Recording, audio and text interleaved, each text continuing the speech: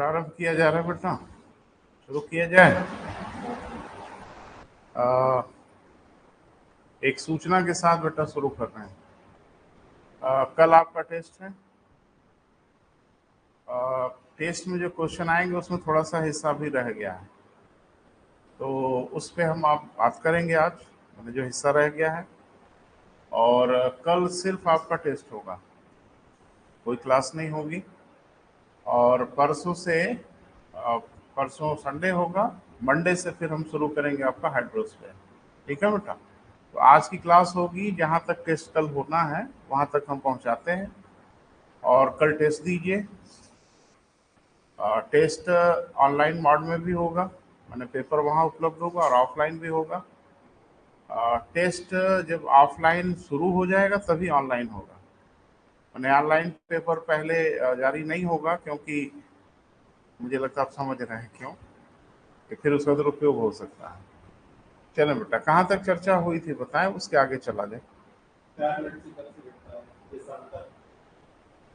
हम लोगों ने देशांतर की उपयोगिता देखा कि आखिर देशांतर का क्यों मतलब है।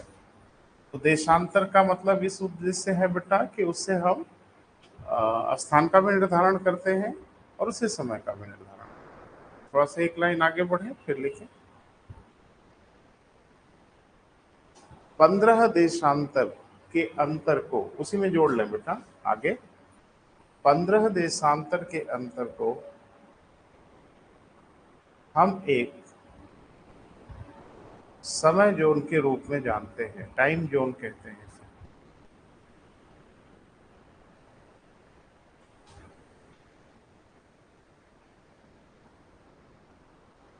ठीक है बेटा। तो पूरी दुनिया कितने टाइम जोन में बटी हुई है? 24, है ना। क्योंकि 15 देशांतर क्यों एक टाइम जोन माना गया कि 15 देशांतर में 1 घंटे का अंतर होगा। अरे भाई 15 इंटू 4, 15 इंटू 4, तो 60 मिनट होता है। 60 मिनट मतलब 1 घंटा। तो पूरी धरती को एक चक्कर लगाने में 24 घंटे लगता है, इससे इसको 24 टाइम जोन में डिवाइड किया जा सकता है। एक प्रश्न है, थोड़ा गंभीर भी है, उसको समझना भी है। पहले लिख लें फिर हम बात करते हैं। लिखें। भारत की मानक समय रेखा, भारत की मानक समय रेखा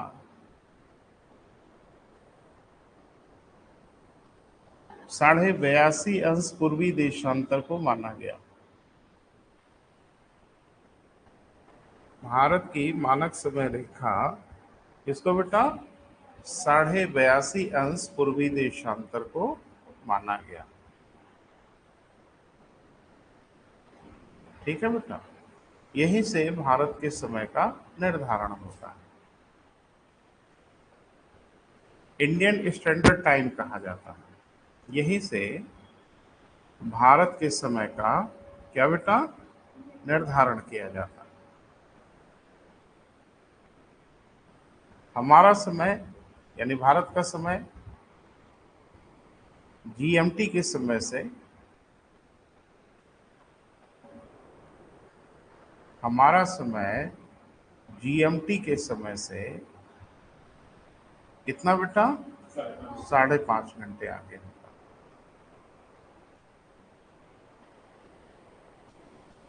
तो अब प्रश्न यह है कि हम लोगों ने 82.5 को ही क्यों मानक समय रेखा माना। 82 को भी मान सकते थे। अरे 30 ही सेकंड का 30 ही मिनट का अंतर होता ना, कौन सा पहाड़ टूट पड़ता। तो कोई वजह होगी, यानी 82.5 को भारत की मानक समय रेखा मानने का क्या कारण। भारत के ठीक बीच से है। अरे भाई कोई ना कोई तो कारण रहा होगा ना, थोड़ा सा समझने की कोशिश करिए बेटा।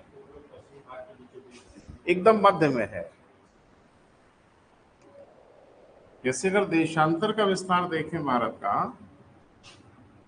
तो यहाँ भुज से लेके यानी गुजरात से लेके अरुणाचल, यानी ये गुजरात है। अरे इधर देखो, और उधर क्या है बेटा अरुणाचल है। इसके बीच में जो डिफरेंस है वो थोड़ा देखिए।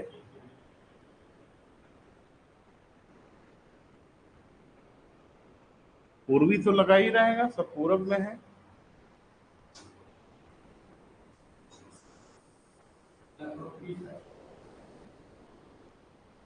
हाँ, वो तो दिख ही रहा है। ये डिफरेंस कितना है बेटा? लगभग 30 देशांतर का अंतर। क्लियर है? अब 30 का मतलब कि अगर पूरा 30 होता, 30 से थोड़ा कम है। अगर हम कहीं इधर उधर अगर भारत की मानक समय रेखा मानते और 15 देशांतर और हो जाता, तो भारत में 2 समय मानना ही पड़ता। बोल नहीं रहे बेटा? अगर हम 82 मान लेते थोड़ी देर के लिए, कि अगर हम 82 मान लेते और इसमें 15 जोड़ते, ये हो जाता 97। बोल नहीं रहे हो? और 97 भारत में ही आता। आया ना? 97 कहाँ आ जाता बेटा? भारत में ही आ जाता। और भारत में अगर आ जाता तो 2 टाइम जोन मानना पड़ता, क्योंकि 15 देशांतर पे एक टाइम जोन आपको मानना ही पड़ेगा। बोल नहीं रहे? तो अगर हम 82 मान लेते तो 97 भी भारत में ही पड़ता। अरे 97 25 है, तो भारत में 2 टाइम जोन मानना ही पड़ता। अगर थोड़ा उधर बढ़ा के मानते तो इधर से फंस जाते। बोल नहीं रहे? इसलिए सोच समझ के हम लोगों ने ऐसे रेखा को मानक समय रेखा माना कि ना 15 माइनस करें तो भी भारत के बाहर निकल जाए, और 15 प्लस करें तो भी भारत के बाहर निकल जाए। क्योंकि अगर 15 भारत में रह गया तो फिर 2 टाइम जोन तो आपको मानना ही पड़ेगा। अब दुनिया के हर देश इतने भाग्यशाली नहीं होते, वो किधर से मानेंगे तो भी उसमें आ ही जाता है ना? जैसे अमेरिका है, कनाडा है, रशिया है। अब इतने बड़े बड़े देश हैं कि कहीं से भी मानोगे आपको कई टाइम जोन मानना ही पड़ता है। भारत तो बच गया बेटा। भारत इसलिए बच गया कि जब हमने 82.5 को मान लिया ईस्ट, तो हमारी जान दोनों तरफ से बच गई। बोल नहीं रहे? माने अगर हम माइनस करें 15 तो इधर चले जाएंगे, अगर हम प्लस करें 15 तो इसके उधर निकल जाएंगे। और अगर थोड़ा समझ नहीं पा रहे हो बेटा, 15 देशांतर पे एक टाइम जोन आपको मानना ही पड़ेगा। अगर मान लीजिए 80 माने होते थोड़ी देर के लिए, तो 15 जोड़ोगे तो कितना होगा? 95 देशांतर। और डेफिनेटली 95 देशांतर भारत के अंदर ही होगा, एक टाइम जोन आपको और मानना पड़ता। तो हम लोगों ने इसीलिए, और लगभग बीच भी है, लगभग मध्य भी है, तो 82.5 अंश पूर्वी देशांतर को हम लोगों ने जानबूझ के माना। अब पूरा 15 तो नहीं है ये, बोले बेटा? पूरा 15 देशांतर डिफरेंस है नहीं, लेकिन लगभग तो 15 है ही है। अरे भाई 5 ही मिनट का तो डिफरेंस है, 1 मिनट का डिफरेंस होगा, एक टाइम जोन नहीं होगा। क्योंकि यहाँ तो डिफरेंस देख रहे हो आप, हम पहुंच रहे हैं 97-30 तक, और 97-30 भारत में थोड़ी है। मेरी बात समझ पा रहे हैं? तो कोशिश हुई कि इधर भी 15 देशांतर ना दिखे और इधर भी 15 देशांतर ना दिखे, और ये हमको मिल गया क्या बेटा? 82.5। इसको भारत की मानक समय रेखा मान ली। अब इससे फायदा क्या है, नुकसान क्या है, वो जरा समझ लें। नुकसान ये है कि पूरे भारत में एक समय तो होता नहीं, वो तो दुनिया जानती है, हर देशांतर का समय अलग अलग होता है। तो यहाँ से तो लगभग 15 देशांतर का डिफरेंस है। बोल नहीं रहे बेटा? और यहाँ से भी लगभग वही हाल है। तो यहाँ तो 1 घंटे का डिफरेंस होगा घड़ी में, और यहाँ भी 1 घंटे का डिफरेंस होगा। अरे 15 देशांतर माने क्या होता है बेटा? लगभग 1 घंटा। तो इसका मतलब है कि जब भारत सरकार कहती है कि हमारे यहाँ सुबह के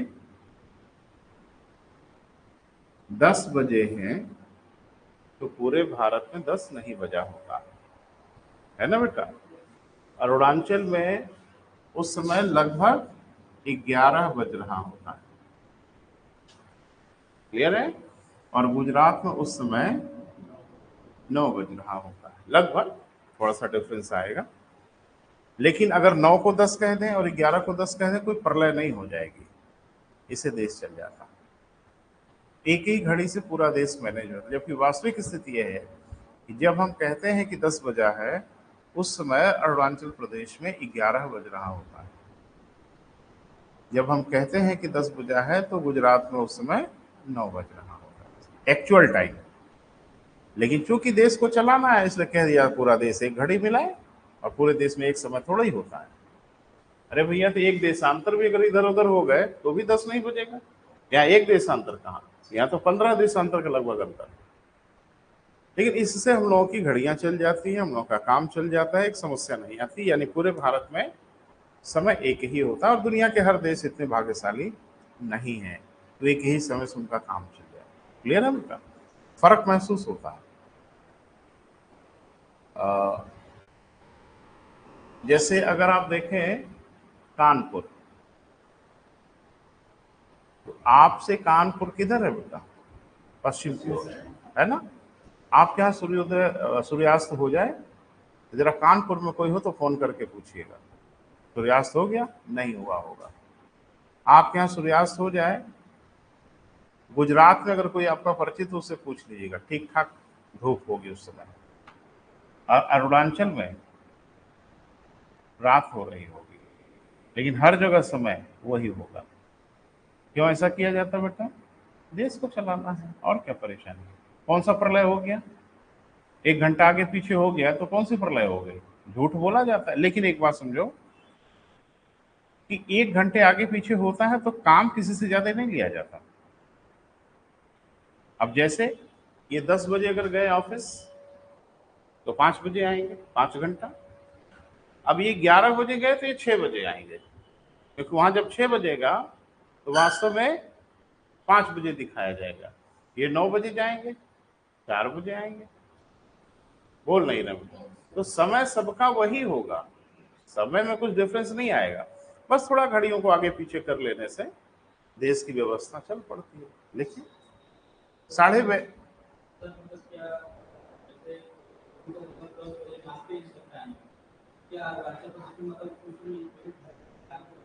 हाँ, नहीं घड़ी में नहीं 11 बजेगा, 10 ही बजे दिखाया जाएगा, लेकिन एक्चुअल टाइम वहां भी 11 बज रहा होता है। हाँ, लेकिन वहां घड़ी में जानबूझ के गलती करके 10 बजे ही दिखाया जाता है। जब आप कहते हैं हमारे यहाँ 10 बजा, तो सही मायने में गुजरात में 9 बजा होता है, लेकिन गुजरात की घड़ी में भी 10 ही दिखाया जाएगा। आप घड़ी कैसे मिलाओगे भाई? इस समय क्या समय हो रहा होगा, हमारे पास क्या उपाय है? आजकल मोबाइल में घड़ी हो गई है। टीवी स्टेशन से बोला जाए कि सुबह का इतना बज रहा है, रेडियो स्टेशन से बोला जाए, आप ये श्योर हो कि वो सही बोल रहे हैं? आपको पता है कि इस समय 10 बज रहा है कि 9 बज रहा है कि 8 बज रहा है, सही में क्या बज रहा है? ये पता है कि दिन है। ये कोई नहीं कह सकता कि रात के 12 बज रहे हैं, क्योंकि ये तो आंख से देख के ही पता चल जाएगा। लेकिन 9 बज रहा है कि 10 बज रहा है कि 11 बज रहा है, ये आप कैसे बता दोगे? है कोई सिस्टम आपके पास कि आप सूरज की पोजीशन देख के एग्जैक्ट टाइम बता दो? बस इसी का लाभ उठा लेती है सरकार। 10:10 हो रहा है कि 10:12 हो रहा है, आपको पता है? तो आपको सिर्फ ये पता है कि टेलीविजन पर अगर कहा गया कि रात के 10 बज गए तो बज गए होंगे भाई। बोल नहीं रहे, और सही मायने में झूठ बोला जाता है। झूठ बोलने से अगर देश चल जाए, थोड़ा झूठ बोल रहे, कोई हर्जा नहीं है। लिखे बेटा, 82.5 अंश पूर्वी देशांतर को 82.5 अंश पूर्वी देशांतर को भारत की मानक समय रेखा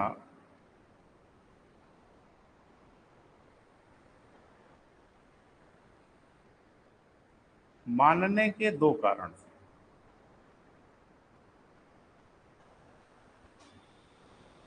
82.5 अंश पूर्वी देशांतर को भारत की मानक समय रेखा मानने के 2 कारण थे। पहला, यह लगभग भारत के मध्य से है।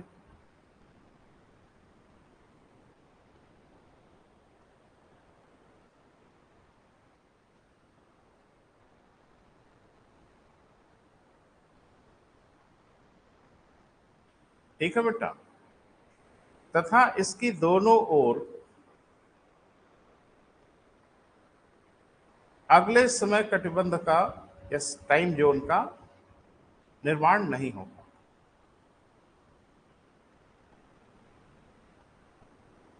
अगले टाइम जोन का या पिछले टाइम जोन का निर्माण नहीं हो पाता।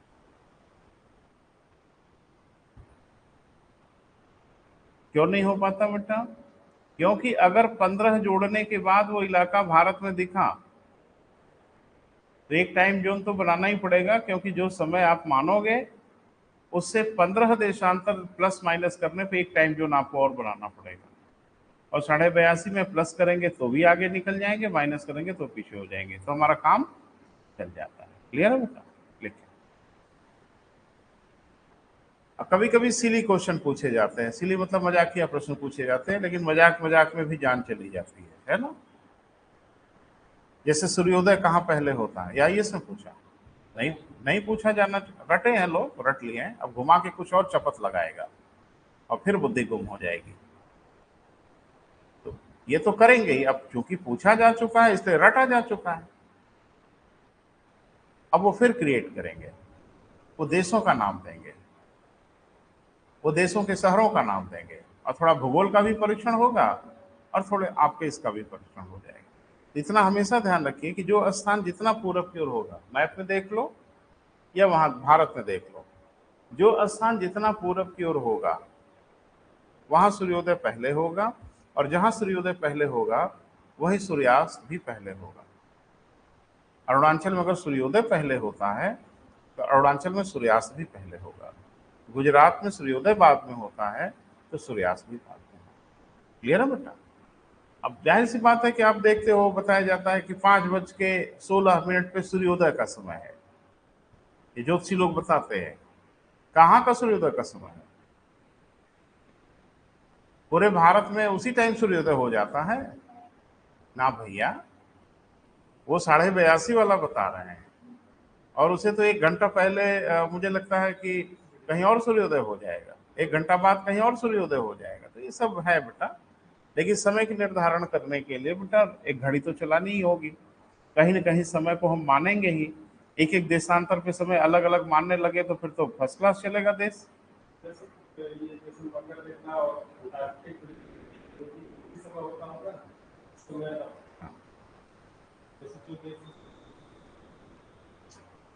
ये 82.5 है। 82.5 कोई बिंदु तो नहीं है ना, पॉइंट नहीं ना है, रेखा है ना। अगर 82.5 पे 10 बजा तो अंटार्कटिका पे ही 10 बजेगा, और यहाँ साइबेरिया में रूस में भी 10 ही बजेगा।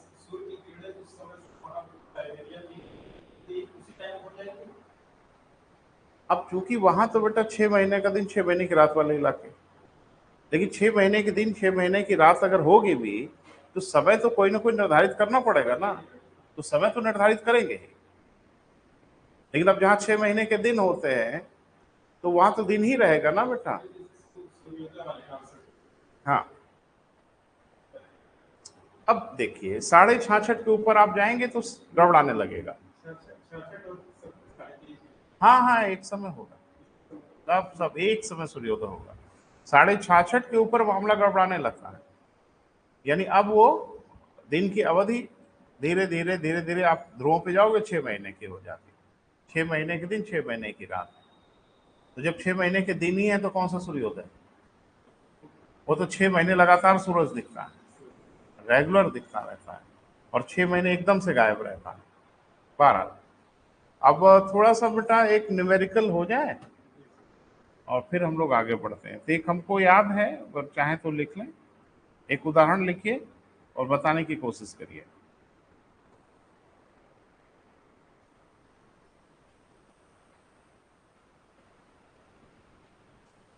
लिखें।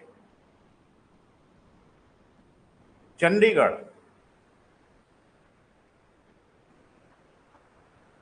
76 अंश पूर्वी देशांतर।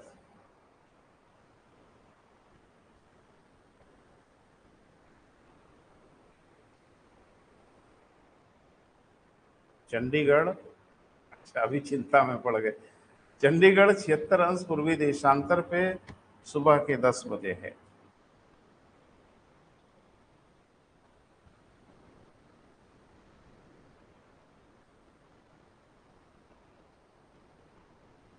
पेरू के लीमा में क्या समय हो रहा होगा?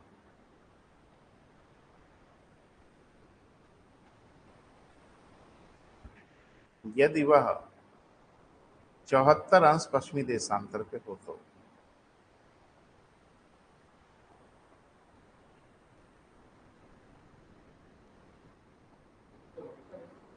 आए बेटा, चलो, ये जानबूझ के डिजिट विजिट ऐसी रखी जाती थोड़ा राहत मिले आपको, नहीं तो छटपटा के रह जाएंगे, फड़फड़ा के वहीं रह जाएंगे। तो डिजिट ऐसी दी जाती है ताकि कैलकुलेशन थोड़ा इजी हो।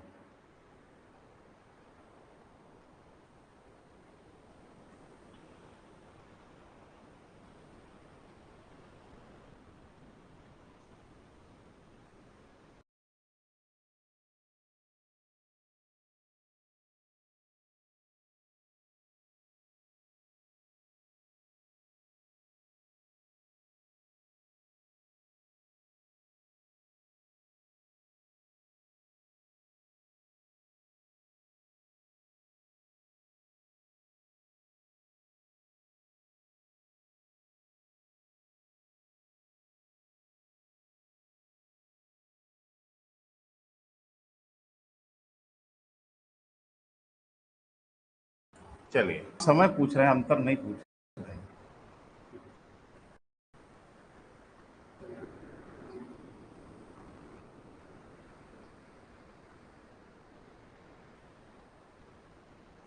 अच्छा, हाथ वक्त में मत करिए बेटा, कॉपी यूज करिए।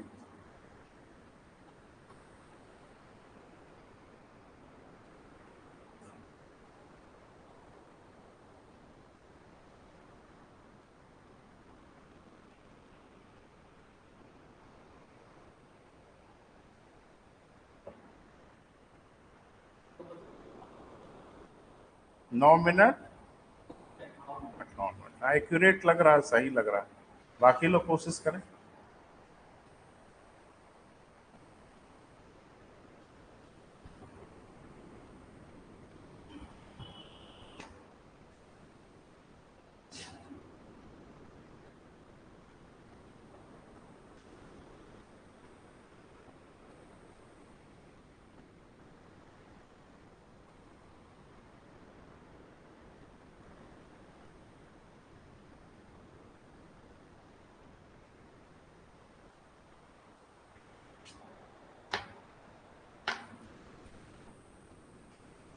अच्छा, पेन वेन सबकी चल रही है, तो मैं ये समझ नहीं पा रहा हूँ कर क्या रहे हैं।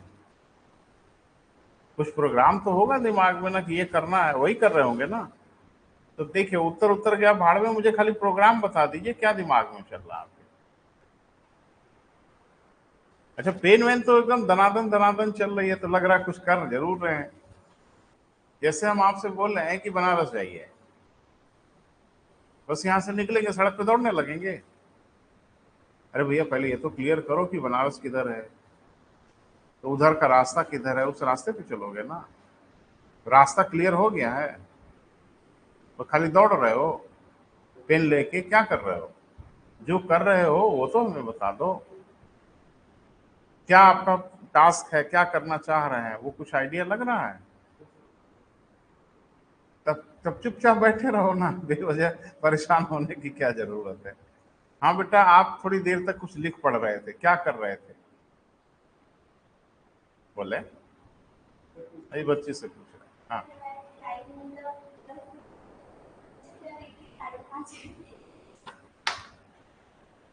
जब भी ऐसा प्रश्न आए तो सबसे, ये तो एक उदाहरण है बेटा, क्वेश्चन आएगा थोड़ी आपकी परीक्षा में, लेकिन इसके जैसे प्रश्न आ सकते हैं। जब भी प्रश्न आएगा तो उसमें आपको दो जगह का नाम देगा। बोल नहीं रहे। अब देखो इसमें गेम क्या होता है, उस गेम को समझो। तरह तरह से खेल खेलेंगे आपके साथ, लेकिन खेल बड़ा निर्धारित है।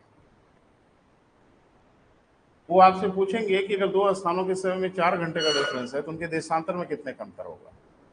चलो इसको भी लिखो। लगभग दो स्थानों के बीच में समय का यदि 4 घंटे का अंतर हो तो छोटे छोटे वाहियात के प्रश्न है, और उसी में लेके चक्करगिन्नी जैसा घूमते रहते हो। 4 घंटे का अंतर हो तो अब जी हाँ, प्रश्न बोले, दो स्थानों के मध्य यदि 4 घंटे का अंतर हो तो समय में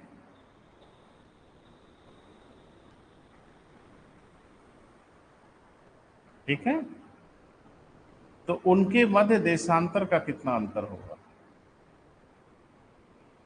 तो चाहे जहां भी होंगे, दिख रहा है 60 देशांतर का अंतर होगा। अब कौन कहाँ है कहाँ नहीं है बात की बात है। बोले बेटा ये तो दुनिया बता देगी भैया, 60 देशांतर का अंतर होगा, क्योंकि 60 देशांतर का अंतर होगा तभी 4 घंटे का अंतर आएगा। This is quite easy. जब भी ऐसे प्रश्न पूछे जाते थोड़ा सावधान रहिए। ये दो स्थान देंगे बेटा, ए और बी,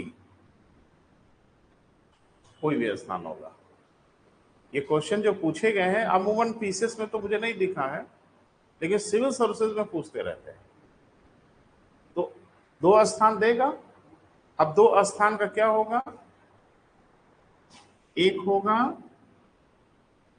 देशांतर और एक होगा समय। इसका भी कोई देशांतर और इसका भी क्या बेटा?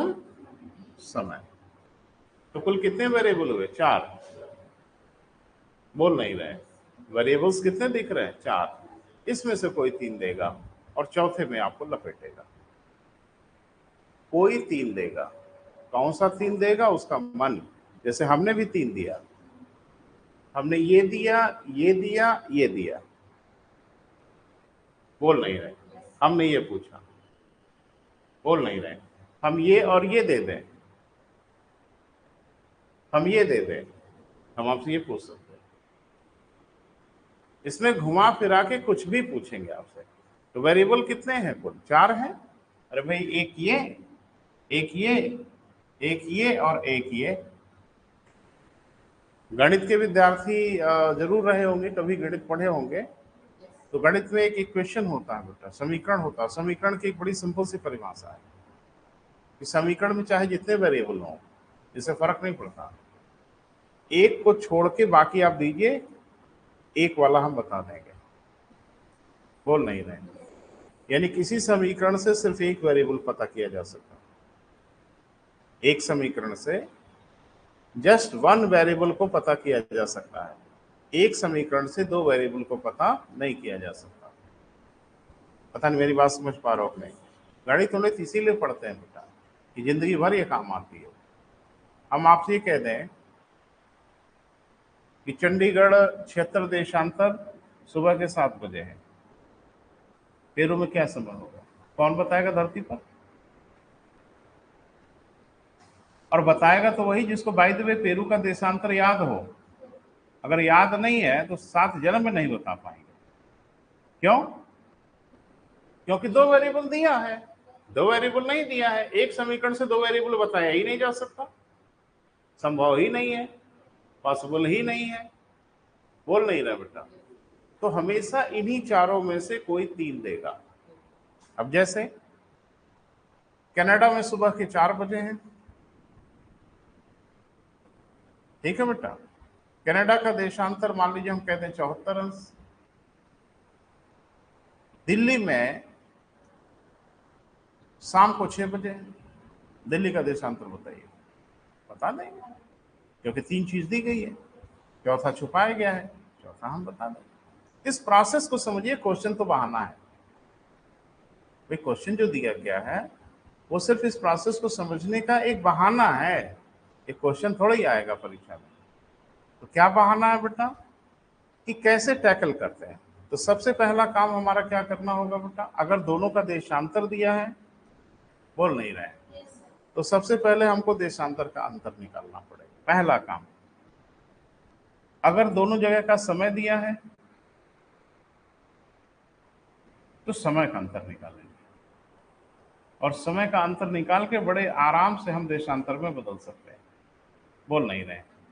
2 स्थानों के बीच में अगर 10 घंटे का डिफरेंस है, बोल नहीं रहे, और एक का देशांतर 20 अंश पूर्वी है, तो पश्चिम में क्या समय होगा? नहीं बता देंगे। अरे 10 घंटे का डिफरेंस है, 10 × 50। बोल नहीं रहे, 150 देशांतर। तो 20 अगर इधर है तो 150 अगर पश्चिम में जाना है तो माइनस कर लेंगे, पूरब में जाना है तो जोड़ेंगे, जोड़ के हो सकता है निकल जाए उस पार निकल गए तो बवाल हो जाएगा। बवाल का मतलब दिन भी बदल जाएगा, समय तो जो बदलेगा वो बदलेगा।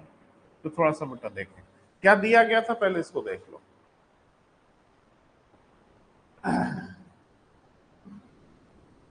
दो स्थान दिया गया और दोनों के साथ पूर्वी और पश्चिमी शब्द लगा है, तो इसका मतलब बिल्कुल साफ है कि शून्य इसके बीच में ही होगा, क्योंकि शून्य देशांतर अगर बीच में नहीं होता तो फिर पूर्वी पश्चिमी कैसे होता। इतना तो कॉमन सेंस है। बोले बेटा, इधर हो गया चंडीगढ़ और इधर हो गया पेरू, क्या लीमा, ये पूरब की ओर है ना बेटा, तो पूरब कितना बोला गया, 73 अंश। तो चलो ये 76 डिग्री किधर हो गया, पूरब। तो पूरब कहां से जोड़ा जाता है, जीरो से जोड़ा जाता है ना भैया जी, बोल नहीं रहे हैं। ये जीरो से कितना है 76 पूरब, और ये जीरो से 74 किधर, तो डेफिनेटली ये यहां से इधर है लीमा। अब 74 यहां से यहां तक, 76 यहां से यहां तक, तो यहां से यहां तक का देशांतर है, नहीं जोड़ लोगे, 150 देशांतर। बोल नहीं रहे, टोटल जो डिफरेंस आया है वो तो 185 देशांतर का अंतर हुआ ना। यहां से 74 किलोमीटर ये और यहां से 76 किलोमीटर ये, तो यहां से यहां का किलोमीटर, 150 किलोमीटर ना भैया, वही तो बताना था, इंटू 4,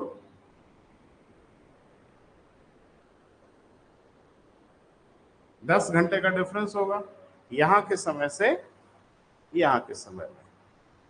अब कहाँ का दिया है, कहाँ का पूछ रहा है, उसके हिसाब से फैसला करना पड़ेगा कि जोड़ेंगे कि घटाएंगे। मुझे लगता है समय कहाँ का दिया है बेटा, चंडीगढ़ का, 10 बजे, ठीक है, 10 घंटा पीछे चले जाओ। अरे भैया यहां से पश्चिम है ना, पहली लाइन लिखाए थे कहीं से पश्चिम में जाएंगे, कहीं से, समय प्रति देशांतर 4 मिनट की दर से घटेगा, और कहीं से पूरब जाएंगे, प्रति देशांतर 4 मिनट की दर से बढ़ेगा। जब हम कहीं बोल दिए तो फिर उसमें कौन सी बुद्धि लगा रहे हो भैया, यहां से यह पश्चिम में है और पश्चिम में है तो इसका समय घटेगा, कितना घटेगा वो कैलकुलेट कर लिया हम लोगों ने, कितना, 10 घंटा, 10 घंटा घटा दो, रात के 12 बजेंगे। क्लियर है, यही बताया था सबने, नहीं तो 10 घंटे उनटे कुछ बता रहे थे समय, थोड़ा सा गड़बड़ा गया। हाँ, तो जब किसी स्थान से पश्चिम की ओर जाना हो, वो पश्चिम लगा रहे पूरब लगा रहे भाड़ में जाए, उससे हमारा कोई लेना देना नहीं। कहीं से पश्चिम की ओर अगर जा रहे हैं तो समय घटेगा, और कहीं से अगर पूरब की ओर जा रहे हैं तो समय बढ़ेगा। क्लियर है बेटा, कर लेंगे, तो करिएगा, भलाई इसी में है। आगे एक हेडिंग बनाओ, लास्ट टॉपिक है बेटा, इंटरनेशनल डेट लाइन।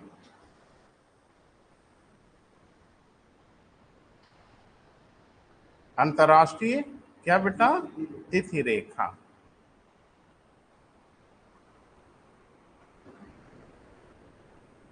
लिखें 180 अंश देशांतर को,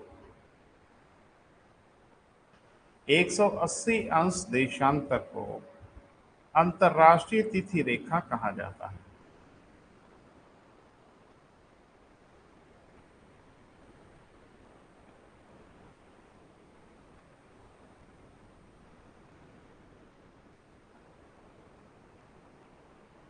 अंतरराष्ट्रीय क्या बेटा, तिथि रेखा कहा जाता है। लिखें इस रेखा को पार करने से तिथियों में परिवर्तन हो जाता है। इस रेखा को पार करने से किसमें बेटा, तिथियों में परिवर्तन हो जाता है।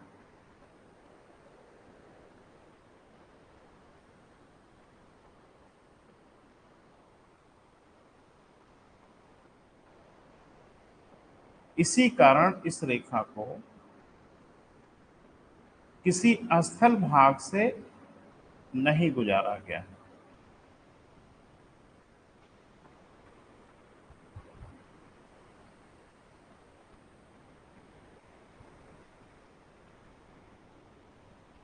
ठीक है बेटा। सन 1884 वाशिंगटन डीसी के कॉन्फ्रेंस में, सन 1884 वाशिंगटन डीसी के कॉन्फ्रेंस में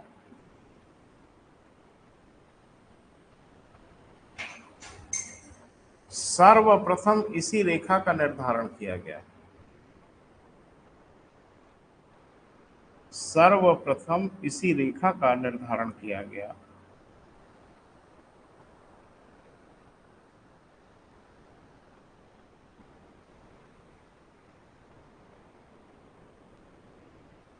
इसके उपरांत ही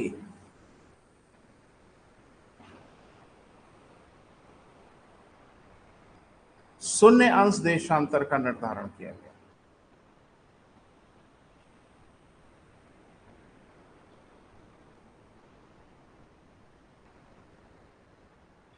इसके उपरांत ही शून्य अंश देशांतर का निर्धारण किया गया।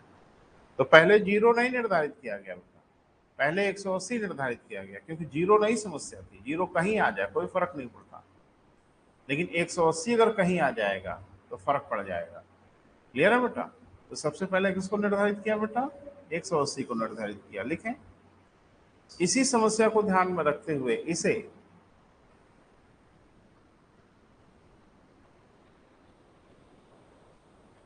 प्रशांत महासागर के ऊपर से गुजारा गया।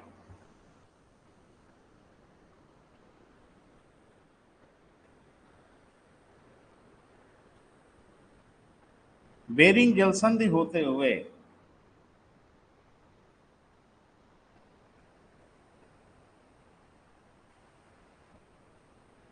बेरिंग जलसंधि होते हुए इसे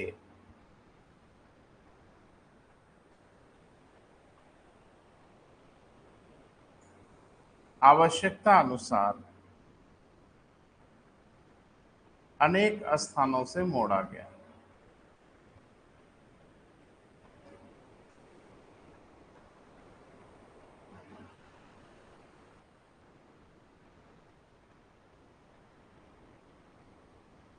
अनेक स्थानों से मोड़ा गया।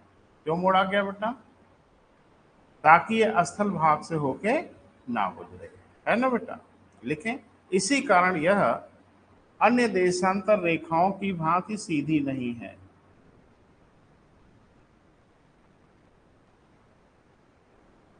इसी कारण यह अन्य देशांतर रेखाओं की भांति सीधी नहीं है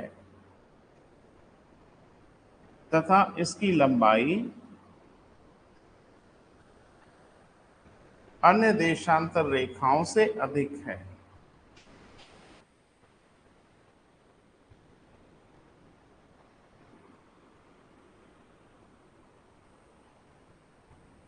अन्य देशांतर रेखाओं से अधिक है। क्लियर है बेटा? लिखें, इस रेखा को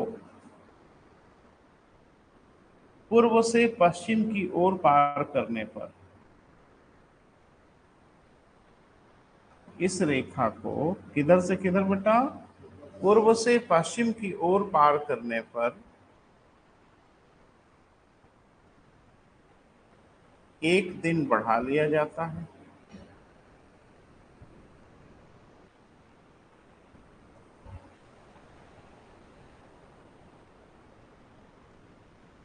जबकि पश्चिम से पूर्व की ओर पार करने पर एक दिन घटा लिया जाता है।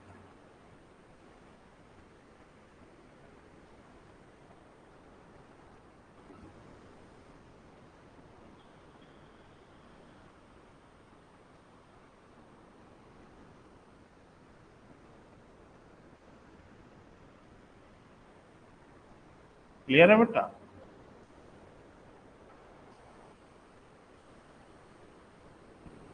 सामान्य रूप से सामान्य रूप से किसी समय पूरे विश्व में 3 दिन होते हैं।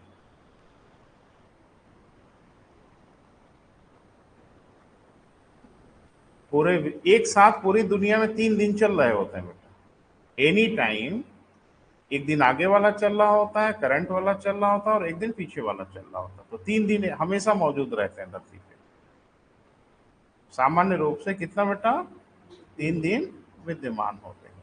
क्लियर है? लगभग कुछ एक छोटे समय का काल आता है जिसमें 2 दिन हो जाते हैं। अदरवाइज पूरी दुनिया में हमेशा एक साथ 3 दिन चल रहे होते हैं। जैसे आज शुक्रवार है ना, दुनिया के कुछ देशों में बृहस्पतिवार भी होगा और दुनिया के कुछ देशों में शनिवार भी होगा। ये तीनों दिन एक साथ चल रहे होते हैं पूरी दुनिया में। बस ये है कि इस रेखा को किधर से किधर पार करते हैं, उसके हिसाब से समय आगे पीछे हो जाता है। अब ये खाली एडजस्टमेंट के लिए है बेटा ना। अरे भाई, 180 देशांतर भी एक रेखा ही है, इसको भी पार करने में 4 ही मिनट का समय लगेगा। वो तो यूनिवर्सल ट्रुथ है, 4 मिनट का ही वक्त लगेगा। लेकिन अब घड़ी 4 मिनट आगे जरूर जाएगी, लेकिन तारीख बदल देते हैं ताकि सारा सिस्टम व्यवस्थित ढंग से चलने लगे। क्लियर है बेटा? अब यही सब इसकी नौटंकी है। इस कारण ही इसको डेट लाइन कह देते हैं, तिथि रेखा कह देते हैं, क्योंकि इस रेखा को पार करने से समय तो जो बदलता है बदलता ही है, तिथि भी बदल जाती है, तारीख भी बदल जाती है। क्लियर है बेटा? ये हिस्सा कंप्लीट हुआ बेटा। और कल टेस्ट में ये सब आपसे पूछेंगे हम, है ना? कोशिश करिएगा कि बढ़िया से बढ़िया करें, चालाकी से, बुद्धिमानी से, पैतरेबाजी से, छल कपट से सब होगा, नहीं नकल नहीं मारना, ये ध्यान रहे, है ना? तो कल टेस्ट होगा बेटा। और हेडिंग बना लीजिए आगे की तैयारी के लिए, पेज एकदम से बदल दीजिए, फ्रेश पेज रखिए और हेडिंग बनाइए जलमंडल, हाइड्रोस्फीयर। तो अब इसे आज नहीं शुरू करेंगे बेटा, जलमंडल की शुरुआत करेंगे हम सोमवार से। ठीक है बेटा? कल आपका टेस्ट होगा, टेस्ट में जरूर आइए, टेस्ट दीजिए। टेस्ट में क्या पूछेंगे? अरे जो जो पढ़ा है कुछ भी पूछें? नहीं, कुछ भी नहीं पूछेंगे, सिर्फ और सिर्फ एस्ट्रोनॉमी से क्वेश्चन पूछेंगे। यानी जो खगोल विज्ञान आपने पढ़ा है, कहाँ से बेटा? हाँ, ब्रह्मांड के निर्माण से लेके अभी तक गिरते पड़ते जो कुछ पढ़ा है सब पूछेंगे। तो आज बेटा यहीं तक, अभी थोड़ी देर में आके बात करेंगे।